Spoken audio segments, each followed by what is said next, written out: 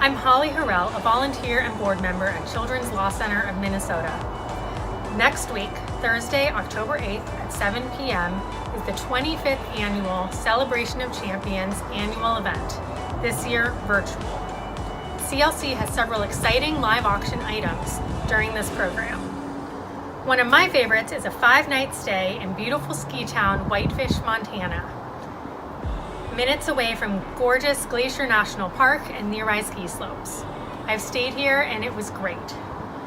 Sign up for the auction and event at clcmnuth.givesmart.com. Don't miss out on soaking up the views of the lake from the 2-bedroom condo and spending the day skiing and warming up by the fire. Bidding starts at $500. Start your bid today. Thanks for your support.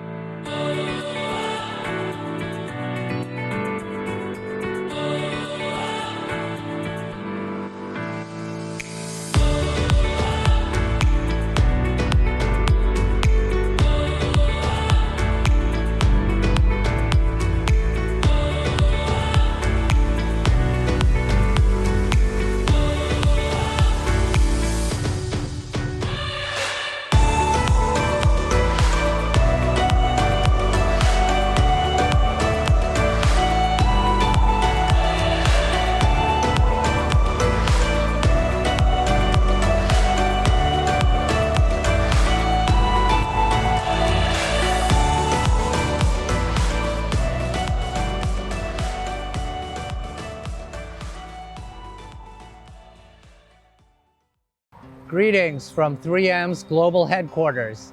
I'm Ivan Fong, Senior Vice President, General Counsel, and Secretary of 3M. I'm here to wish the Children's Law Center of Minnesota a hearty congratulations for 25 years of making a difference in the lives of so many children in foster care. At any given time, the Children's Law Center is providing the representation to hundreds of foster children in Minnesota, and each of them deserves quality legal representation. By providing them with free legal advice, representation, and services, you not only provide them with a voice, but with hope. And I can say from personal experience that representing a foster child is one of the most rewarding forms of pro bono legal services you can provide. Like the CLC, 3M is also dedicated to improving lives in our communities. For more than 2 decades, we've been honored to support and partner with the Children's Law Center to improve children's lives in Minnesota. We are proud to be a champion sponsor for the CLC's fall event, and we look forward to continuing our long-standing partnership now and into the future.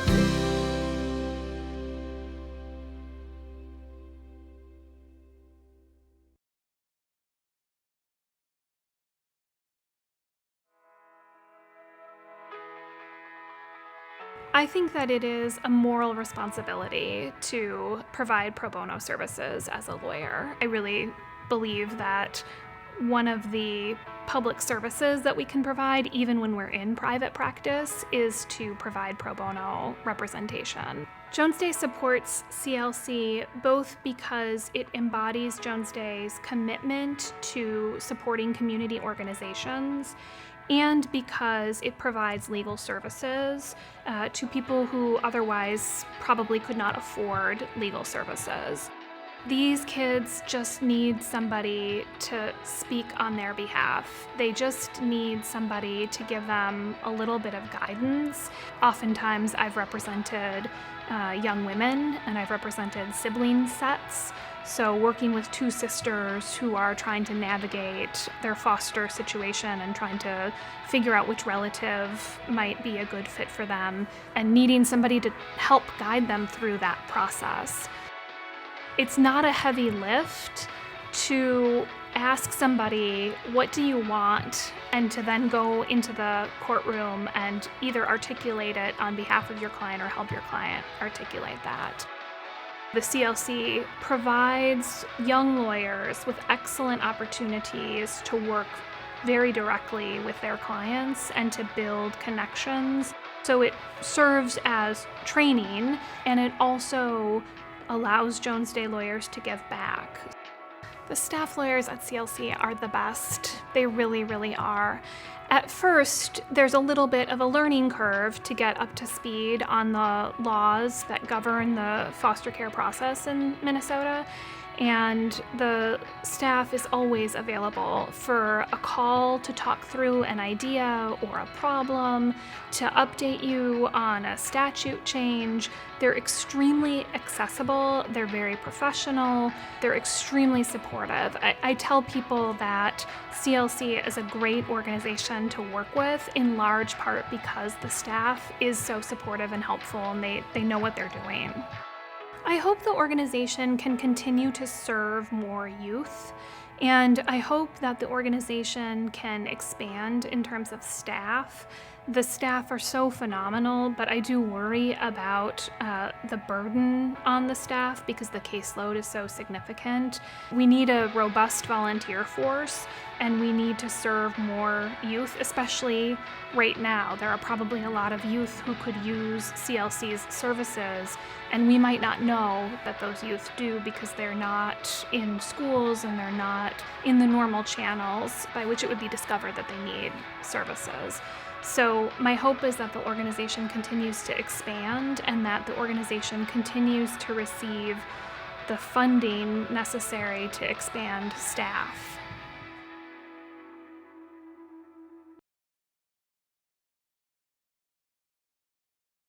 Good evening. My name is Denise Ronnie, and I'm a partner at Robbins Kaplan and a current board member of the Children's Law Center and a longtime volunteer. CLC's mission and Robbins Kaplan's mission are very aligned, and I think that they work really well together in terms of supporting youth in foster care. The Children's Law Center's mission of amplifying voices for vulnerable youth when they're in these difficult situations in foster care just fits perfectly with Robbins Kaplan's long history of supporting and representing our most vulnerable citizens in our society. Robbins Kaplan has stood with CLC from the beginning, doing everything from providing dozens of volunteers over the years, providing board representation, doing all sorts of like roll up your sleeves type of work, like providing technical support for the gala nearly every year. We've done things like provide a shredder when that was needed. So there's been no call that has come unanswered for the CLC from Robbins Kaplan side, and we've been doing it for 25 years. Robbins Kaplan is proud to be a champion level sponsor of the 25th anniversary event for the Children's Law Center.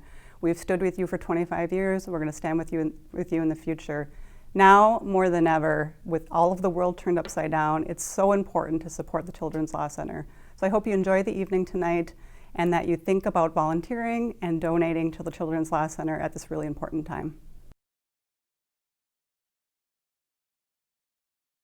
So United Healthcare is a strong advocate for Children's Law Center. They encourage all of their attorneys to volunteer for Children's Law Center and other similar organizations. The Children's Law Center has, over the last 25 years, helped thousands of children in need in the courtroom, and they've also been very active in advocating for societal change and legislative change. The attorneys that volunteer for the Children's Law Center speak up for the children that are otherwise unheard and unseen. They represent children in foster care who have often been neglected or abused and who are part of the court system through no fault of their own.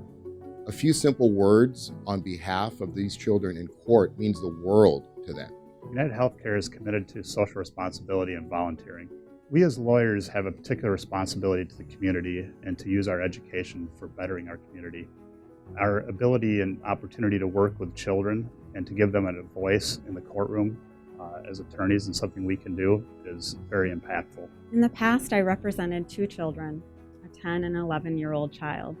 They were siblings residing with their maternal grandfather. Their mother's parental rights were terminated and their father was incarcerated.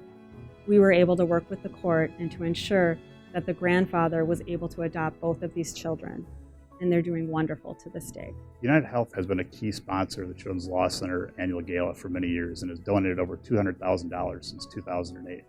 In addition, the attorneys at United Healthcare have donated tens of thousands of dollars through the years.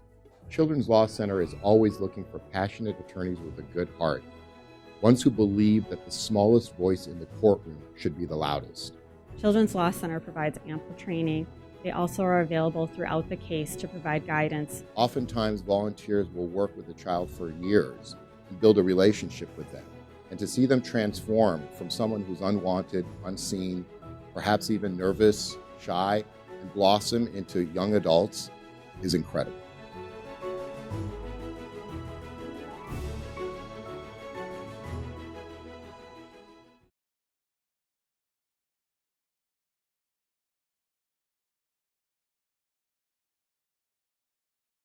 Good evening, everyone. I'm Pam Wanzel, the Director of Pro Bono and Community Service at the Frederickson and Byron Law Firm. I want to start out by congratulating Children's Law Center for 25 years of supporting and representing children in foster care, and for developing such a robust program for volunteer lawyers. As a Director of Pro Bono, I always encourage our lawyers to find projects they are passionate about, and many have chosen to work with Children's Law Center to represent the most vulnerable in our community, children in foster care. Frederickson is proud to support Children's Law Center through this work by providing financial support through our Giving Foundation and by supporting our lawyers who serve on the board. It's all important work, and we couldn't do it without the support of Children's Law Center and its staff. And now I'd like you to hear from one of our volunteers, Joe Cassiope. Thank you, Pam. As Pam mentioned, my name is Joe Cassiope, and I am a shareholder in the business litigation group at Frederickson and Byron. I first came across CLC when I was a law student at the University of Minnesota Law School, participating in the Child Advocacy Clinic. And right away, I knew it was an organization with which I wanted to partner once I got out into practice. So one of the first things I did when I started at the firm was take a CLC training. And right away after the training, I got my first case. And after that, I was off and running. I've had the unique opportunity over the last 12 plus years now to represent a wide range of youth in foster care. And there have been cases with great outcomes and some cases that have been harder. But what has kept me going even when I've come across those hard cases is the knowledge and the understanding that even when things don't go 100% the way that everyone would want them to go, we've still, through the Children's Law Center, have had the opportunity to provide these youth a voice and zealous advocacy in the proceeding representing them. In the more positive outcome cases, I've had multiple clients who've been adopted, including one who performed the saxophone at a gala a few years ago, a CLC gala a few years ago, who was adopted the day before his 18th birthday and was able to establish a longstanding family connection as a result of that. I am a litigator, but I will say that volunteering with CLC is a great opportunity no matter what your practice is. I've had some of my most effective colleagues in Children's Law Center matters have been corporate or transactional lawyers who otherwise do not set foot in a courtroom, but still can do a great job and have done a great job representing CLC clients. It is my great pleasure to congratulate CLC on 25 years, and I look forward to continuing to work with CLC for the next 25 years. Good evening. My name is Lauren Paco. I am a current Children's Law Center board member and attorney at Taft, Stettinius, and Hollister. For many years, our firm has been deeply committed to pro bono service, including representing youth in foster care. And we have taken on over 20 cases from the Children's Law Center of Minnesota, in which we have worked diligently to promote and protect children's rights and advocate for their wishes. As a current board member of the CLC, I can attest to the most important of this work. For some of these kids, their pro bono attorney is the only stable adult in their life and is the only one who can effectively advocate for their needs and goals. Especially now, supporting CLC is more important than ever, as youth in foster care are highly vulnerable to the impacts of the COVID-19 pandemic and the other crises affecting our nation and our world at large. Because of this, Taft believes it is of the utmost importance to continue our support for the CLC amidst the multiple national and global predicaments we face, and because of the ongoing importance of promoting the rights and interests of Minnesota's children in the judicial, child welfare, healthcare, and education systems. Taft is proud to be a justice sponsor for the 25th anniversary celebration of champions. Thank you for championing the legal rights and well-being of Minnesota's children and youth. If you are an attorney, please consider volunteering with the CLC, as volunteer attorneys are crucial in providing children a voice in judicial proceedings. And of course, to ensure that foster children in our community have their basic needs met, and to continue the success of this wonderful organization, please consider giving today to the Children's Law Center of Minnesota. Thank you for your time and efforts, and please continue enjoying this hope-filled and celebratory evening.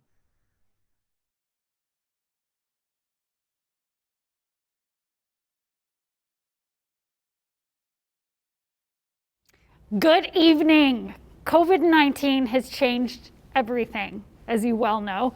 This is the first virtual event that I've ever hosted, and maybe this is the first virtual event you've ever attended. Now, I know you're probably very used to Zoom by now. You may even have some Zoom fatigue, so we're going to keep this program moving. I am Susan Elizabeth Littlefield, and I am so honored to be here. This is the 25th celebration of champions for the Children's Law Center of Minnesota. And what a powerful time it is to be here. We made it happen. We solved problems, what we've all been doing for the past few months. And we're going to take this time together. We're going to make it fast. We're going to make it impactful. And I want to start by just saying a couple of words. I'm a reporter. I work at WCCO TV as a journalist, and like many of you, I've been submerged in COVID for the past 6 months studying it.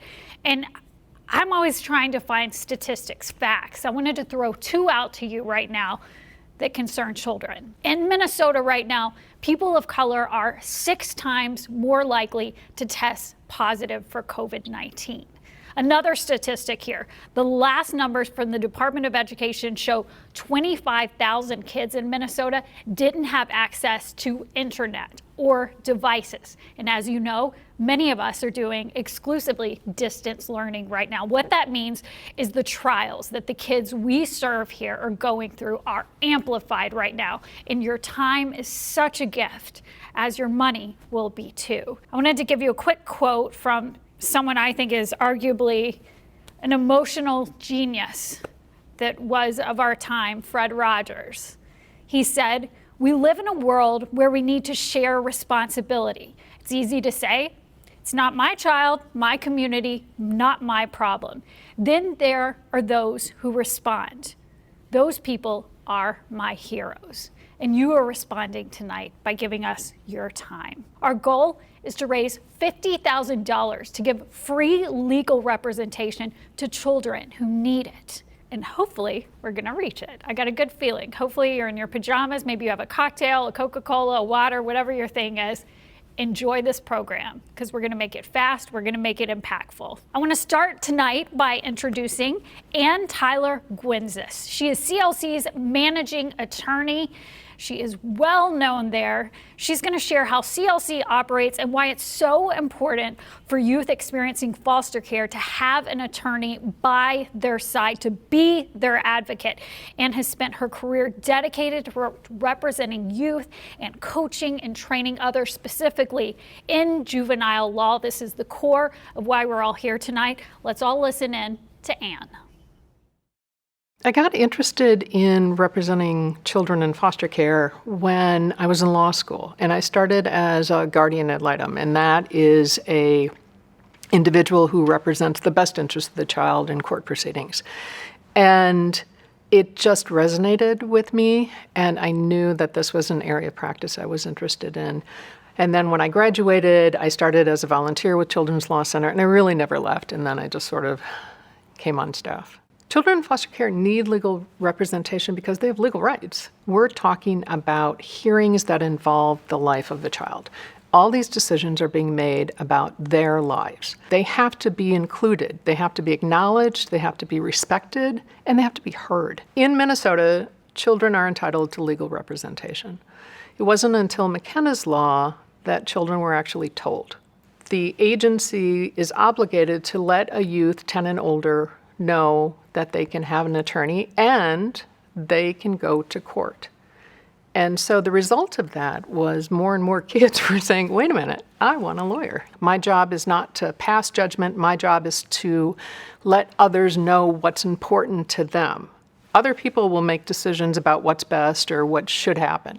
That's not our role. And when we speak for that child and let the child know that our loyalty is to them and no one else in that courtroom, that's our goal. I let them know that they get to watch and make sure that I'm doing my job, and we talk about it afterwards. This is what happened. Do you understand that? Does that make sense? Is there something else that I need to tell people? What else can I do? And letting them know that they are the one that controls the narrative is empowering for that youth as well. And these are youth that have gone through horrible, traumatic circumstances in their lives. And sometimes it will take a while for them to trust people and to know that this is an individual that has an attorney-client relationship, that has privilege, cannot speak about that communication without their okay, who believes what they are saying is true, and willing to listen to them allows them to feel more comfortable and speak to the court. I have seen circumstances where a youth is in a courtroom, the judge is elevated on the bench and turns to my client and says, "What would you like me to know?" That moment of asking them and giving them the opportunity and the worth of I am the judge and I want to hear what you have to say is critically important to kids. I think that helps them understand that what they know and points of view that they have are important. And you can see sometimes that child blossom and really feel that, wait a second, someone's actually paying attention to what I have to say. We represent over 900 youth annually. We cannot do that with our small number of staff attorneys. I like to say we're small but mighty, but we need those volunteers. And the other part about volunteers is when a youth finds out that this individual is donating their time and talents and they're doing it because it's their choice and it's not something they have to do, they understand that this person is really committed to what's happening for them. And that can go a long way for that youth to, again, open up and feel that they can trust this individual and this advocate for them. And we're able to reach more youth when we have the support from the legal community, and we're just grateful for it.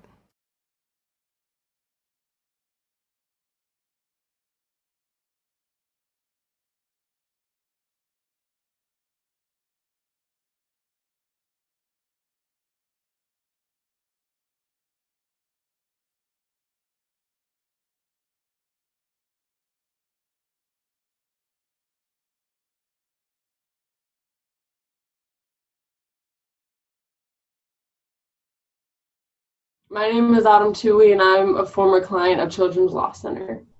I used to live with my biological parents, and they were addicted to heroin, meth, crack, all that. They couldn't take care of us. I stole food for us. I got us things that we needed, and they did whatever they did. My dad began to be abusive towards me and put his hands on me because I would tell him what he's doing is wrong. And one night I had 2 black eyes, missing hair, and I ran away because I couldn't handle it anymore. When I ran away to a gas station, and they called the cops, and the cops came and they brought me to the hospital to check me out, and they placed me in emergency foster care. I had my first court hearing and I met my lawyer. She brought me into a room, and I was a little scared because I was 11 and I'd never had an attorney, never been to court, none of that, so I was scared. But she talked to me, she asked me what was going on, and she told me that she was there for me, not the caseworker was there for me, my guardian ad litem was there for me, but she was strictly there for me, and she was my voice. And it made me feel more happy and relieved to know that I had someone else. My new family taught me how to be a family and how family's supposed to treat you, and I never had that. Well, right now I work as a receptionist at a car dealership, and me and my boyfriend are trying to get an apartment. I plan on going to college to get my generals done, but I'm not quite sure what I want to do yet for a career. That's kind of up in the air still, but if I didn't have the lawyer I had right now, I wouldn't have graduated high school. I wouldn't have gotten my license. I wouldn't have been in a happy home. I wouldn't have felt loved by anybody. So, I mean, ultimately, it's my attorney who's responsible for everything that's happened, and she did a good job. Now I'd like to introduce you to my lawyer, Executive Director of Children's Law Center of Minnesota, Lilia Pensaleva. Hello. Welcome everyone, near and far. Thank you so much for being here. Tonight we're celebrating 25 years of promoting the rights and interests of Minnesota's children. We're here this evening to celebrate, to thank our amazing volunteers, to honor some real heroes, and to raise money in support of Children's Law Center. During these 25 years, we have provided legal representation to thousands of abused, neglected, and abandoned children. We're actively involved in systemic reforms and educated thousands of people in our community on the unique needs and services of foster care youth. 25 years of positive impacts in the lives of our most vulnerable children and youth, and we could not have done it without you. I am very grateful that you have joined us today. We have an amazing program, which includes our keynote speaker, Patty Wetterling, a client story, and of course, a giving moment, an opportunity for you to support our organization so that we can continue to serve our children in need. We would not be celebrating 25 years this evening without the support of some very generous law firms and corporations. I especially want to thank our champion sponsors, 3M, Jones Day, Robbins Kaplan LLP, United Health Group. Thank you so much. And of course, I would like to thank our board of directors who have distinctly stepped up during this very different year, and the tenacious and committed staff of CLC. COVID-19 has certainly brought us closer together. COVID impacted every human being on this planet, even though the degree to which it impacted everyone varies greatly. For our clients, the most vulnerable children and youth, it added an additional layer of trauma, stress, and confusion. When Minnesota was ordered to stay at home in late March, early April, many of the services our child clients depended on were essentially frozen and unavailable. Imagine you're 12 years old in foster care and now unable to go to school, a safe escape from the abuse, neglect, and trauma. You are now also unable to access therapy, go to your doctor, have visitations with your siblings and family. You are doing it all on Zoom or FaceTime. That is if you're lucky enough to have access to necessary technology and a strong Wi-Fi signal. The unrest following George Floyd's killing brought a lot of fear, stress, and confusion to our child clients, 84% of whom are children of color. They're not certain of their safety, of their future, and are unable to keep up with the rapid changes happening in our country today. During the summer, our clients did not have access to typical outdoor summer activities, interacting with other youth and adults, staying stuck in their placements. The uncertainty of school plans for the fall added an additional layer of stress to already confusing life, not knowing if they will ever be reunified with their parents, and if not, where they would end up. Now imagine being one of those scared young boys, girls, and youth going through this global pandemic, often alone. This year, our services have proven to be more critical than ever before. While the courts were trying to figure out how to continue with the child protection matters, our staff attorneys adapted to virtual court hearings and reviews and have taken over most court appearances on behalf of our volunteer attorneys. CLC staff has been working from home with limited technology, continuing to serve our clients and volunteer attorneys. I am humble and always very grateful and appreciative of all CLC staff, all of whom work hard to ensure continuity in the high-quality representation we strive to provide for our clients. It hasn't been easy. As one volunteer attorney once shared, kids need people to advocate for them in a system that talks about them and around them. That is what we have done for 25 years. We are those people. And today, we're celebrating Children's Law Center's 25th anniversary. Since its inception, the center provided direct legal representation to nearly 4,000 abused and neglected children and youth. We recruited, trained, and supported over 1,000 volunteer attorneys, without whom we could not have reached this many child clients. In addition to direct legal representation, CLC established itself as the subject matter expert in child representation and often presents to statewide stakeholders in child protection, serves on the Juvenile Rules Committee, is asked to participate in amicus briefs, and has led or supported many legislative changes affecting the lives of Minnesota's children. Tonight, we're thrilled to hand over the proverbial mic to Patty Wetterling. As many of you know, Patty is a national advocate for children's safety since experiencing the devastation of losing her son, Jacob Wetterling. Patty is a longtime supporter of CLC. Please welcome Patty Wetterling. Thank you, Patty. Take it away. Thank you. I'm so honored to be here with the Minnesota Children's Law Center's annual event. We hope you'll feel everyone's gratitude and hope on this evening of honoring, celebrating, and generous giving to this amazing organization. I'm Patty Wetterling, Jacob's mom, and a relentless child advocate. I've worked my entire life believing in a world where all kids have the right to grow up safe and follow their dreams. That's why we're here tonight, to promote those values. One story I've never really shared publicly was when I was in my freshman year in college. My brother and his friends got into a little bit of trouble, and one of his friends borrowed his father's car and drove over to our house, and the kids, teenage 13, started driving the car. They'd take turns driving around the block till a neighbor reported there's something going on here. So they called the police, and in the process of answering to the police, one of my brother's friends' mom was deemed to not be capable of caring for her children. So the courts were taking these children away, and my parents stepped up and became foster parents to two young boys.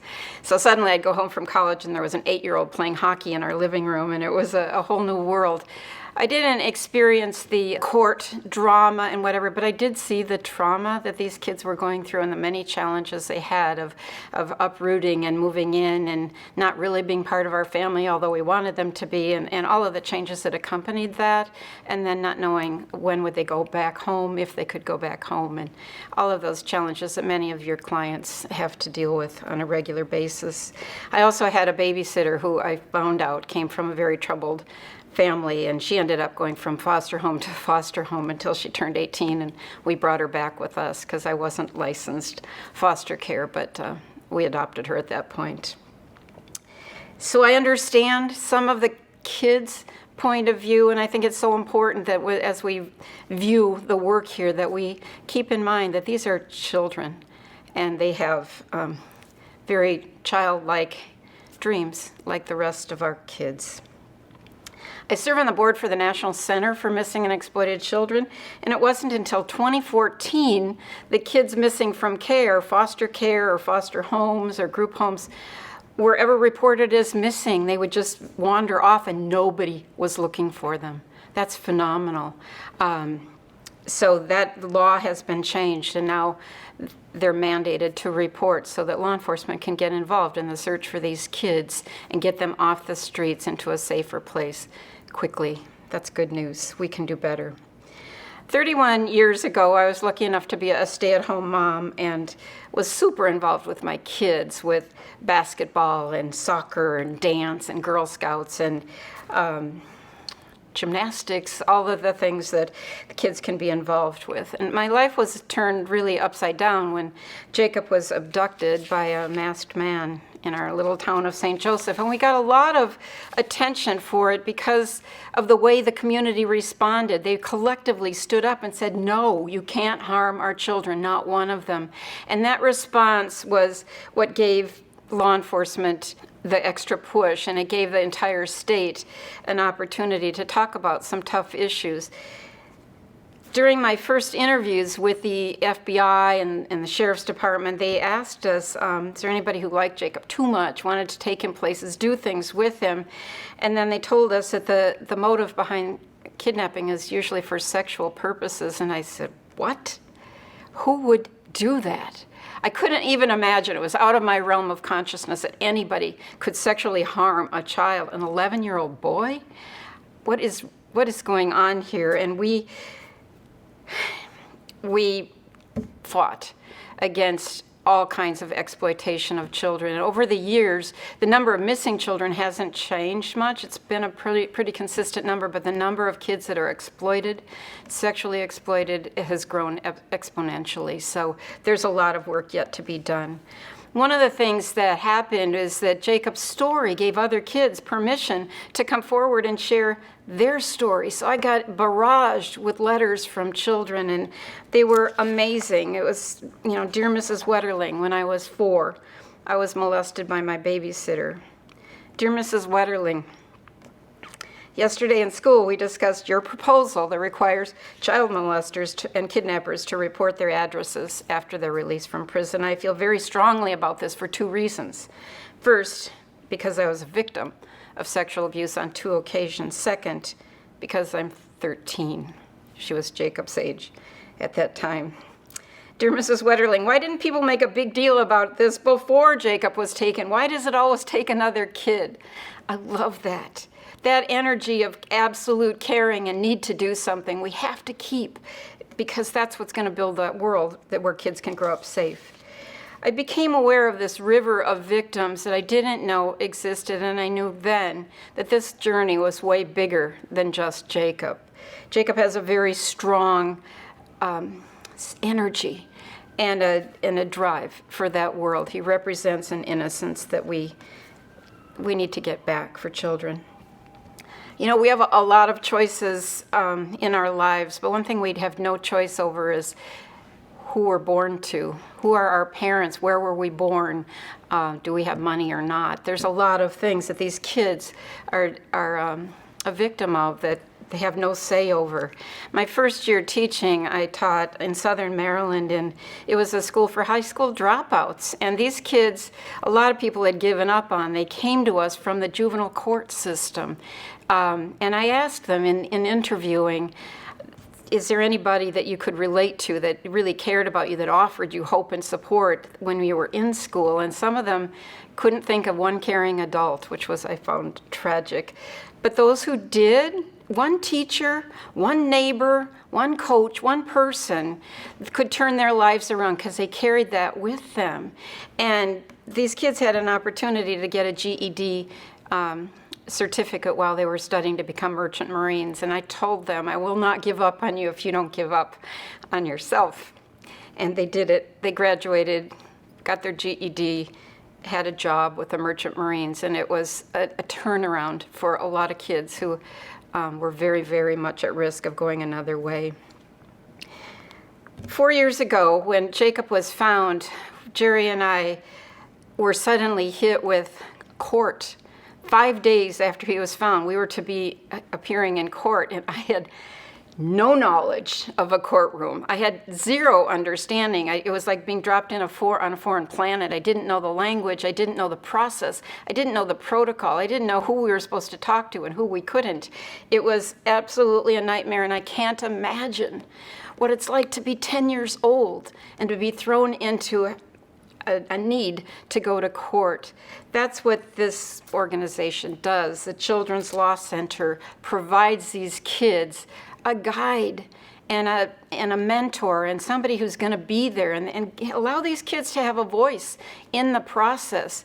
It's so incredibly important because the challenge with children and courts are complex, and I didn't understand the process as an adult. They need all the help they can get.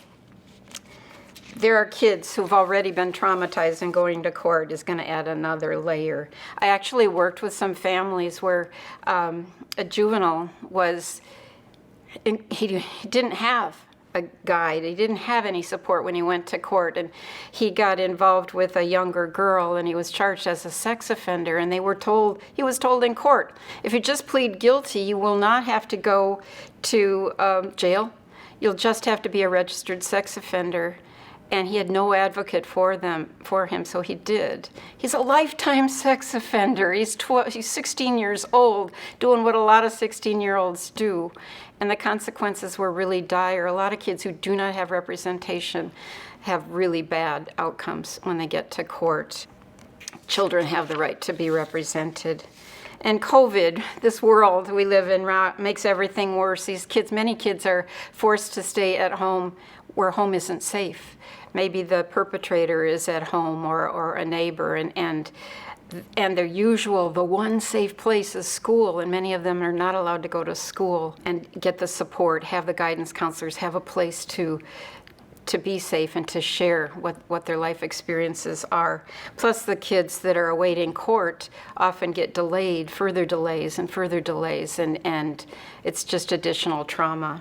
The work here reminded me of a story, this tribe in Africa. It was called the Mighty Maasai, and they were considered to have warriors that were more fearsome and more intelligent than all others. So it was interesting to read that their one greeting that they have translated is, "And how are the children?"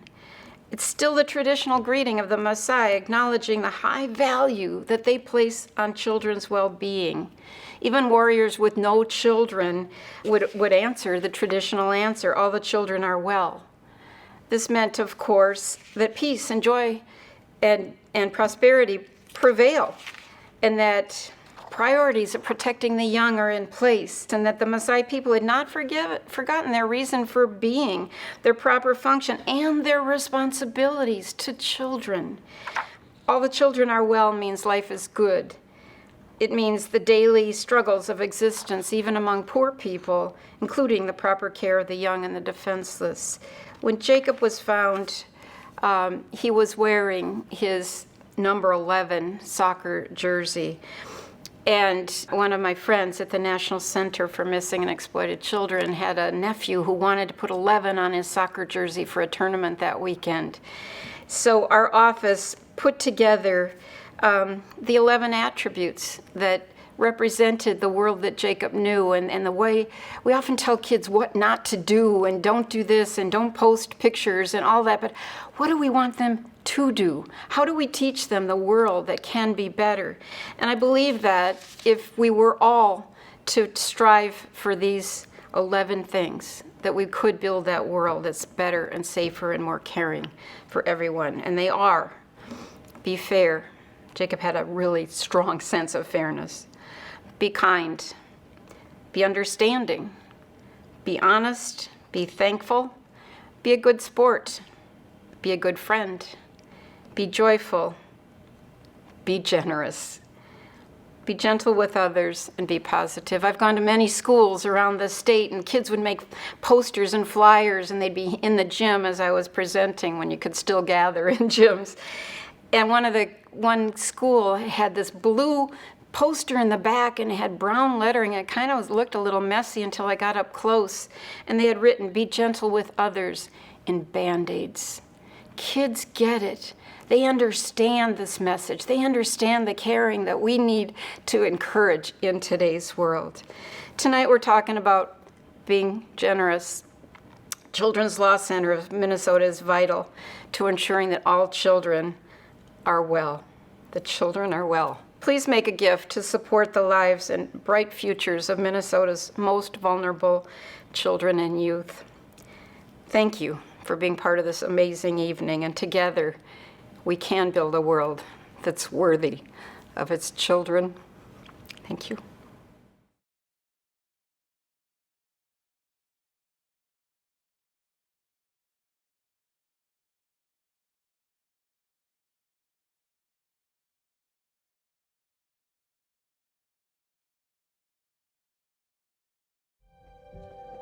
My mom and dad had a big fight because they were arguing. My mom almost stabbed my dad with a knife. It was pretty surreal for me because I was like, what do I do in this situation? Both Mariah's mom and dad struggled with chemical dependency addiction, led to other things such as just general neglect and not following through on their basic needs. I go through more than an average 30-year-old would go through in a lifetime. It kind of sucks. It was hard because you watch the kids suffer. They were put into 4 other foster homes. In the end, the last place that they came to was here. Emotionally, they were a mess.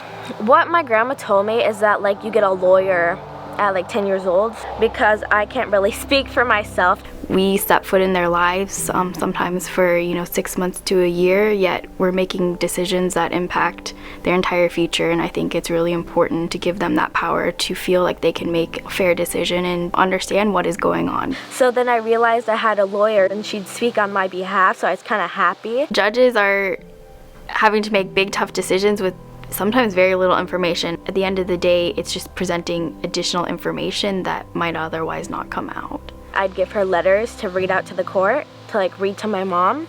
Dear Mom, I'm getting sick of what you're doing to yourself. It's going to kill you. I'm so scared to one day get a call that my mom died.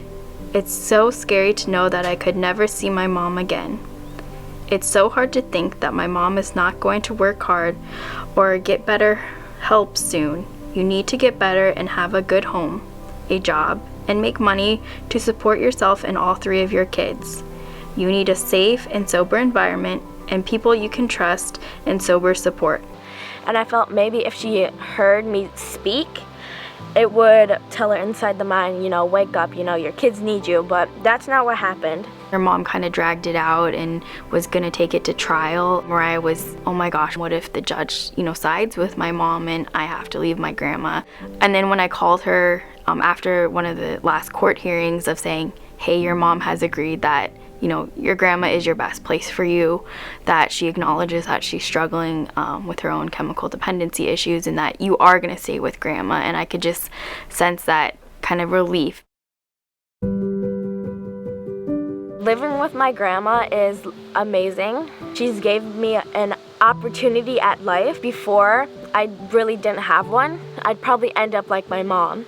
And I do not want that for myself. Since they've been here, I've seen Mariah, she has really grown, like tremendously grown. She can be a free bird, she can be herself, and there's no worries. When I'm with my grandma, the only time I'm crying is when I'm laughing, crying.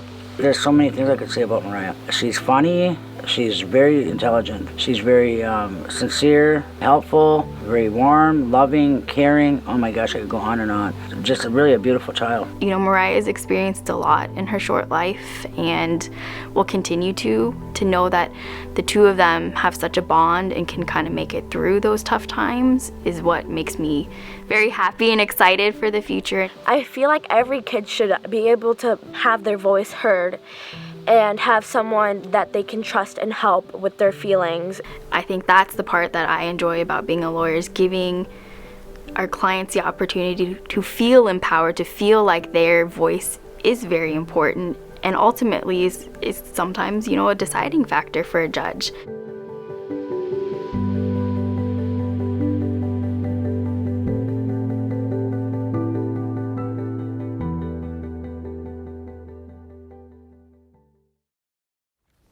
We are back here live in downtown Minneapolis and just so inspired by Mariah's story. What a tenacious child, and hearing the way her grandmother was such an advocate for her. That is so key to the work here at CLC, having an adult, having a stable adult for their health, for their education, for their happiness. And tonight we're going to try to earn $5,000. 5,000, no, 10 times that.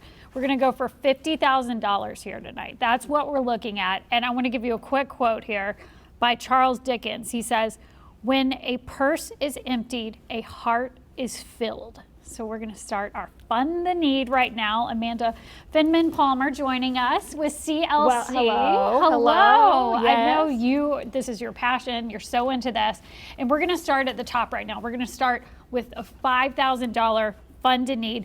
That provides funds to represent a family of 5 siblings for a full year. So it really provides free pro bono representation to children who are in foster care by no fault of their own, so that they have a voice in that courtroom and through the very complicated process. So that $5,000 is a tremendous gift. So really, thank you so much for those out there who are making gifts right now. I know they're coming in. So we're trying to get them in and track them as quickly as possible. But as you know, this is new to everyone. I do want to say just a big thank you to Thad Johnson for a $5,000 gift and Payman Pesman for another $5,000 gift. Your gifts are just tremendous. That's amazing. That's so generous, and it's so tangible. What happens with this money? Let's go to $4,000 now. Tell us what $4,000 provides for these kids. One of the things that is so important for $4,000 is that it provides training support to almost 150 new volunteer attorneys. And Children's Law Center actually has a cohort of 340 pro bono attorneys from across the Twin Cities who represent these kids free of cost, and it makes our work happen because we only have 11 staff, so we have 4 attorneys, and so they are really out there doing the work, going in the courtroom, getting to know these kids like Mariah and making sure that they get what they need. So $4,000 is tremendous. So please consider making a tremendous gift of $4,000. And $3,000 too, let's talk about that real quick. It provides the capacity to increase outreach and educate youth about their legal rights and resources. And we know knowledge is power. That's huge, Amanda. It's absolutely huge. And so what Children's Law Center is about, so we also do systemic advocacy, so making sure that the laws are in place to support these kids. So for instance, there's a law now that says that kids have to be told that they have a right to representation, and then our attorneys make sure that all of their rights are upheld, including staying with siblings or staying in a school. So all of these things really help with stability and their long-term futures. And I just want to give a really great shout out to our board president, Michelle Grant, has made a gift of $3,000. Thank you, Michelle. You are absolutely wonderful. Thank you so much. So before we get to the next level, I want to announce something that is really exciting and new this year for us. Yay! So many of you might know that the Richard M. Schultz Family Foundation is very involved in Minnesota. Richard Schultz is a retired president of the U of M, and it's just an incredibly philanthropic foundation. And they have granted us an $8,000 challenge grant for tonight. So, yeah. That's amazing. So if you are a new donor and you give $50, it will be matched. So if you're a new donor, your gift will be matched up to that $8,000. If you have not given to Children's Law Center in a couple years, your gift will be matched. And then if you are a current donor who has been generous for many years, if you increase that gift at any amount, that amount will be increased. So will be matched for the challenge grant. So just think about that you're making an even greater impact than you possibly could imagine. So your dollars are going further. It would be just fabulous if you all would help us unlock these. It's an all or nothing situation, so we have to have that $8,000. So that's very important. And you said even 50 in any donation? Any increment, any level under those criteria that I mentioned. Wonderful, wonderful. Yeah, it's just. And we know another powerful price point here is $2,000. That provides training for more than 70 new volunteer attorneys and increases outreach dollars to provide youth who are at risk. So again, the attorneys are the bread and butter of this operation. We couldn't do it without them. They're taking their time. They already have other jobs. Right. So this is a big deal. So you want good, concise training, and this is a good way to help provide that. Yes, and in this time of COVID, there's definitely a need for more training to support our volunteer attorneys on how does court work by Zoom and text and all of these different things that we're all facing. The courts are facing that as well, which means our kids are facing that as well. And so it's really about improving the lives of kids through these volunteers. So $2,000 is just a wonderful transformative gift. So thank you so much for considering. I know that we're still waiting for gifts to come in because technology takes a couple minutes. So I bet we got some. I bet they're on the way. I'm sure we have a couple out there. We'll be really excited to see. $1,000 is always really popular. This is my third year I'm seeing. It's always a really popular price point. Yes. It's very concise. Basically, $1,000 covers representation for a child for 1 year. And as we talked about at the beginning with COVID, the disadvantages these kids have are at a fever pitch right now. So that $1,000 could be a game changer. Yeah, so we provide free legal representation to almost 900 youth a year. And so that amounts to almost $3 million of pro bono services for these kids to make sure that they get to where they need to be. And it is just, so $1,000 is really a huge, huge gift for these kids. So I have some shout outs for $1,000 gifts. So if you'll hang with me, Larry Espel gave $1,000. Thank you, Larry. Thomas Merrick gave $1,000. Thank you, Tom. James Lockhart gave $1,000. James, so we love it. Just so many generous people. I love it. Holly Harrell, also $1,000. Thank you, Holly. Alana Rindal gave $1,000. Wow. Yeah, no, this is just incredible generosity. So we have more names, so I'm going to share some more. Sure. Amy Conway, Zeke Johnson, Tony Zuli, Ann Novacek, Tom Tinkham, and Warren and Rona Palmer. Wow. Yes. Wonderful. Thank you to each of you. Yeah, just incredible. It is incredible. And you know, with COVID, everybody's comfortable with different price points right now. If you want to do something a little bit lower, if you want to go $250, that covers a full day of court hearings. So that is very key, the $250 donation right there. Yes, and $500 puts an attorney in the courtroom for 6 months. And so that $500 gift is also really incredible. And we have some shout outs. So I will share some with you. Love it. Michelle Fisher did $500. Mike and Kelly Mahler did $500. Thank you, guys. Sonny Miller did $500. We have Aaron Sinberg Porter for $500, and then Perry Height for $500. So those are all wonderful. And so if those are new or if those are an increase, then those are definitely going to be helping us towards this challenge. Maybe we'll meet it tonight. No, good. And then we have $500 from retired Supreme Court Justice Kathleen Blatz, which I'm sure many of you know her out there and all of her work. Also, too, I know another really popular price point is $100. We always get that.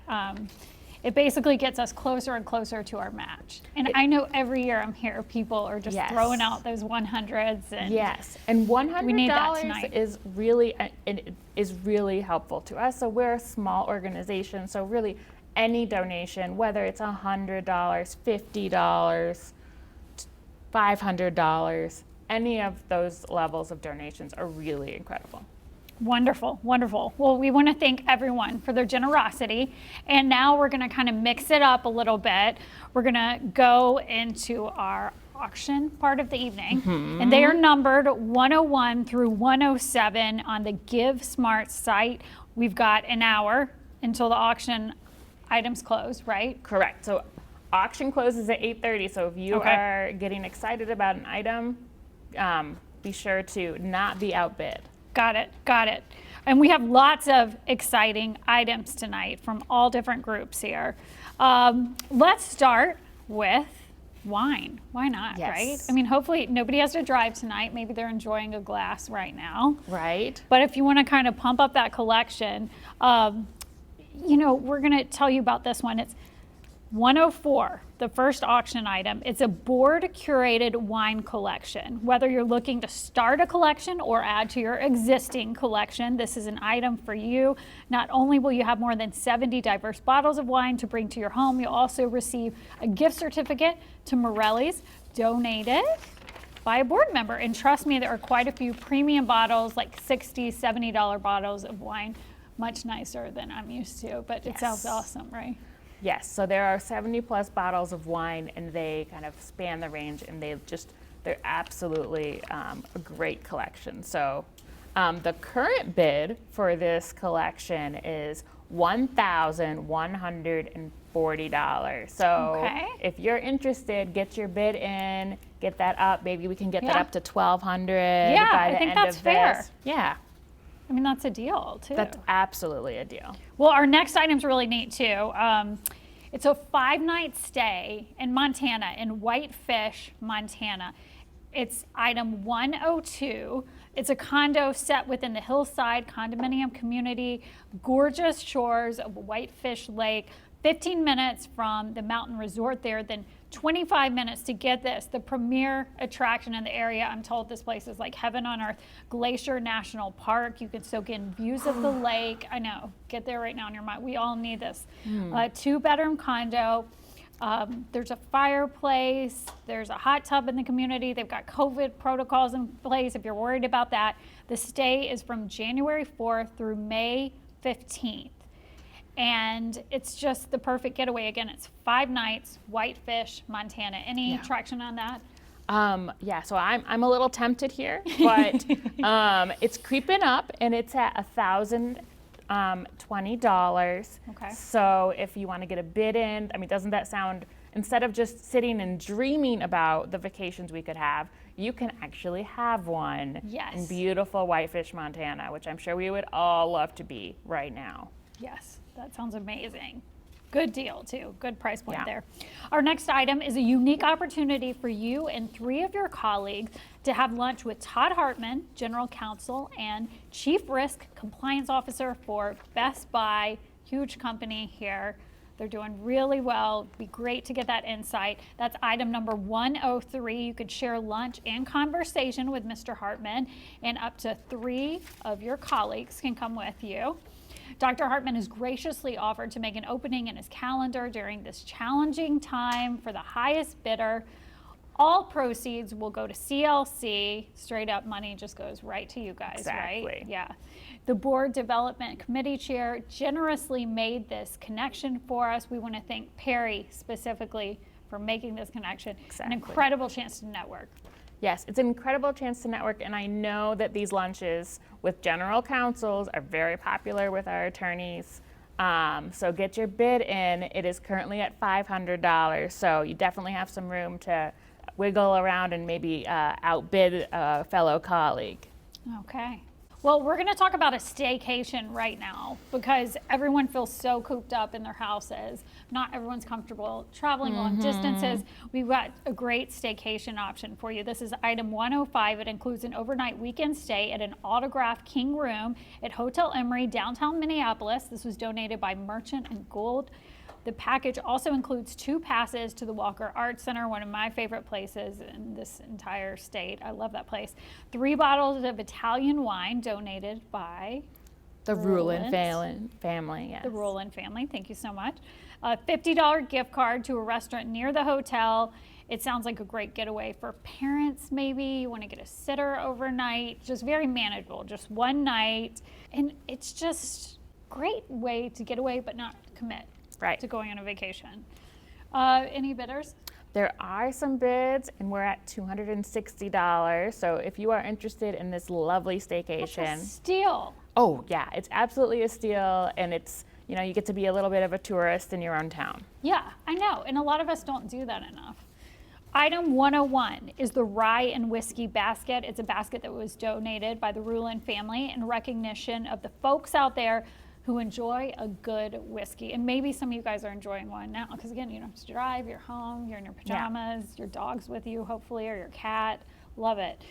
This item includes 3 distinct bottles of whiskey and cigars. So a very nice package, and it's currently going for $150. So get your bids in before 8:30. Okay, and then if you've been with us before, you know every year, it's one of my favorite things, the CLC staff, you guys put a basket together.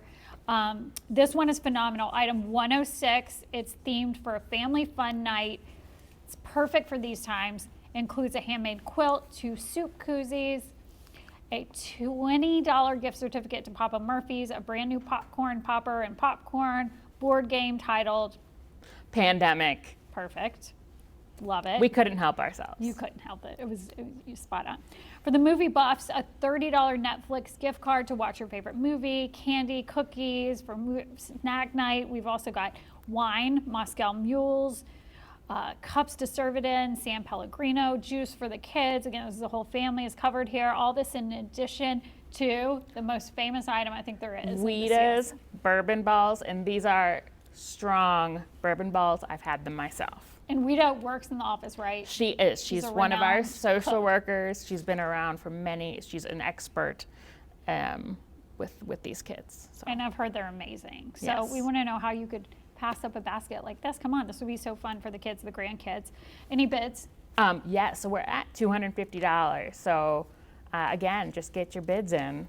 before 8:30. Get them in. Item 107, Green Espal generously donated a 2-hour session with their in-house diversity consultants. This couldn't be a more timely and important subject to cover right now. Sybil Dunlop and Jenny Gassman Pines, these nationally recognized leaders are going to cover workplace bias, how to promote conscious inclusion in the workplace, and improving how you provide feedback in a robust 2-hour session for up to 150 of your employees.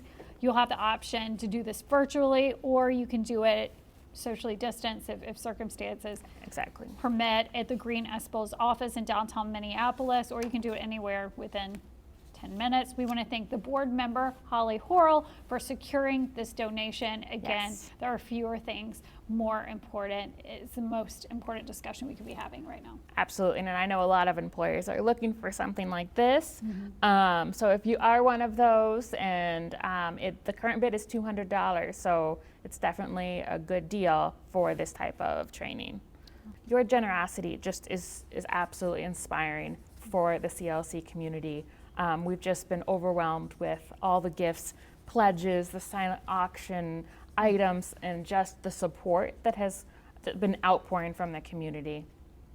And I want to say that our current donation, so again, our goal is $50,000, and we are currently at $43,000. Okay, we're almost there. $960. That's so wonderful. we are less, if my math correct, is less than $7,000. Basically, let's call it $6,000. We're $6,000 away. So can you help us do that in the next, 15 minutes to get us to $50,000 and help us get to that challenge grant?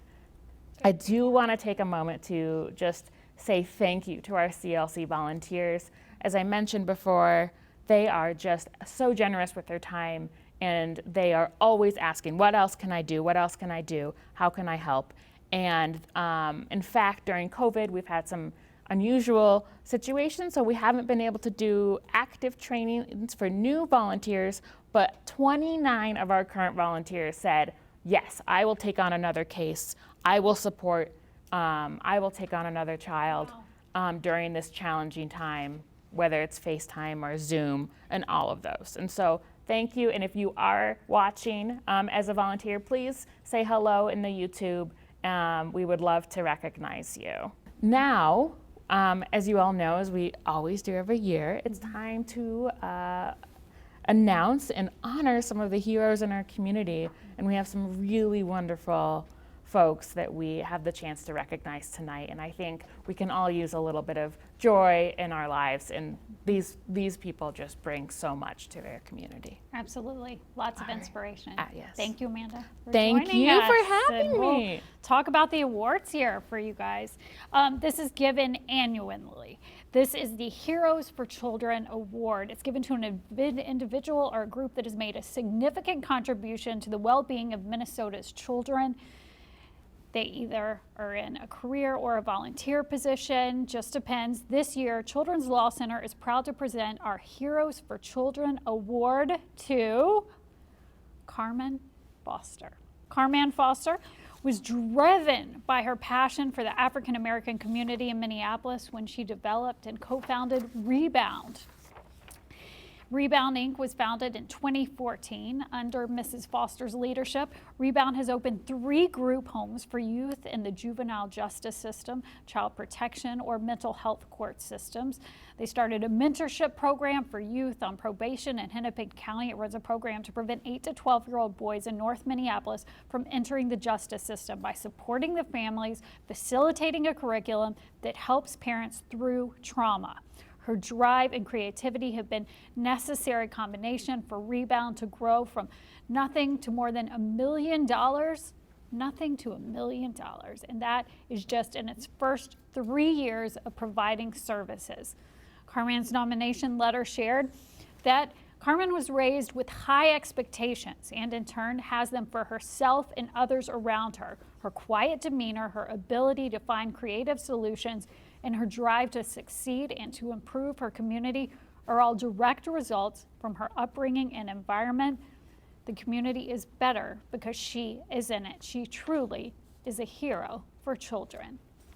Let's look at the slide right there and congratulate Carmen for that amazing award. Now, the Children's Law Center annually identifies one law firm or corporation whose work on behalf of CLC exemplifies the commitment and dedication to this important pro bono work. It's a foundation. It's part of the mission here. This year, Children's Law Center is pleased to present 3M with the Distinguished Service Award. Over the years, countless attorneys from 3M have partnered with CLC to provide quality legal representation to our growing number of children who are clients. 3M's lawyers are zealous advocates, ensuring that CLC's clients' voices are heard, that they maintain contact with their siblings, that's huge, preventing unwarranted movements between placements, and fighting aggressively in court for what these clients want. Lisa Fulton, former president of the board and current CLC volunteer, has made a tremendous impact on CLC, including focusing legal representation for Ramsey County clients. Lisa has been an ambassador among 3M attorneys and recruited volunteer attorneys for the CLC. Now, 3M also offers pro bono resources for nonprofits, and CLC has had the opportunity to receive marketing, human resources, and finance guidance from 3M. The late Anne Marie Henrahan, former CLC volunteer attorney, took a client's case to the Court of Appeals. She was a 3M attorney, and this was in partnership with Dorsey and Whitney. They went to the Court of Appeals twice, and they won. Her client, Nina Boswell, was 15 and set to be expelled from high school when she asked for a lawyer. Ms. Hanrahan brought Boswell's case twice to the Minnesota Court of Appeals, winning a decision that protects students from being expelled without sufficient notice and explanation. Lilia Pantelieva shared this at the time. You talk about changing lives. This is now precedent in Minnesota. Beautiful legacy there. CLC is extremely grateful to 3M for helping us achieve our goal in giving children in foster care a voice in the system that affects their lives, from achieving a law that protects students from expulsion without sufficient notice, to fighting for our clients' rights every day, and just generally supporting CLC through grants, sponsorships, and donations. Thank you, 3M, and congratulations on this award. Now, the Children's Law Center Rosalie Wall Justice Children's Award is presented annually to an individual who has dedicated his or her life to fighting for justice for at-risk or underprivileged children in our communities. The late Honorable Rosalie Wall earned a reputation as a voice for those living on the edges of society, the poor, the accused, the powerless. Well, tonight we honor Judy Nord for her many years of dedicated work on behalf of Minnesota's foster care children. Judy has served as a staff attorney with the Minnesota State Court Administrator's Office since 1995. Judy Nord was dedicated her 30-year career to increasing the safety and well-being of Minnesota's at-risk foster youth in Minnesota. Judy is perhaps best known for her 25 years of service in the Minnesota's judicial branch's Children's Justice Initiative. Under the leadership of Chief Justice Kathleen Blatz, Judy helped establish and continues to serve as staff attorney for the Children's Justice Initiative. The Children's Justice Initiative began in 2000 and will celebrate its 20th anniversary in December 2020, coming up here. The overall objective of the CGI is to find safe, stable, permanent homes for abused and neglected children, first through reunification with the child's parent, if that is safe, or if that's not safe, through another permanent placement option, and to improve a child's well-being. When identifying and implementing improvements, the goal is for all stakeholders to operate through the eyes of the child. Judy's nomination letter noted, Judy is kind, funny, and always willing to listen to questions or concerns regarding Minnesota's foster care youth. While Judy does not seek recognition at all for her commitment on behalf of Minnesota's at-risk and foster care youth, it is time for her years of remarkable work for these children to be acknowledged. We want to congratulate Judy. It is an honor to wrap up the fantastic evening, the 25th Annual Celebration of Champions virtual event. I'm Michelle Grant, and I serve as chair of the Children's Law Center Board of Directors. I've been representing youth in foster care since 2002 because I strongly believe that everyone deserves a voice in the courtroom. As a volunteer attorney, it is rewarding to help children navigate a complicated system and empower them to speak up for what they want. But the most rewarding part is connecting with our next generation, just being a mentor and a stable adult in their lives. To all the supporters watching, thank you again for being here in the unusual circumstances of 2020. I speak for my fellow board members, CLC staff, and volunteers in sharing our deep gratitude for your generous gifts tonight. Your donations and advocacy are needed now more than ever. Thank you again to this evening's superstar sponsors, 3M, Jones Day, Robbins Kaplan, United Health Group, Taft, Frederickson, and so many more. The 25th annual CLC virtual event has been an outstanding success because of you. Special recognition to Mariah for bravely sharing her homecoming story, and to Autumn for sharing how CLC transformed her life. As Patty says, it is our responsibility to improve the lives of children. Let's work together to create a better future for all children. And hopefully next year we can celebrate in person once again. Thank you everyone for your outstanding support of Children's Law Center over the years. We really appreciate your support. Thank you once again and have a good evening. I've got some great news. I just got alerted here that our total is $50,250. So we have met our goal. We want to thank every single one of you tonight. I know that you've been staring at screens a lot and we appreciate your patience with us. So such a special evening and we thank you for giving from your heart. Patty Wetterling's heartfelt keynote speech, you sharing their personal stories. Always love hearing from them, and inspiring leaders committed to just providing support and improving lives of Minnesota's kids. We want to congratulate the awardees this year again, 3M, Judy Nord, Carmen Foster. What an honor to recognize you tonight and thank you for what you do for the youth of Minnesota. And now, what you've been waiting for, we're going to have the total again. Let's see, 50,250 and climbing and climbing. Okay, I'm going to have another number here too. But we have met this goal because of you tonight. We want to remind you really quickly that there is a silent auction. It closes at 8:30. Make sure you check that out. If you have any questions regarding the checkout, the pledge, any of this technology stuff, no problem right there. You can contact the CLC using the information on the screen right there. Auction item pickup for larger items will be Monday, October 12th, 2020 at CLC's office. And I want to leave you here in our last minute with a quote from Maya Angelou. Hope is born again in the faces of our children. And you are supporting those children. Again, $50,000 raised tonight because of you, for the best of reasons. Thank you for celebrating 25 years of the Children's Law Center of Minnesota. Good night.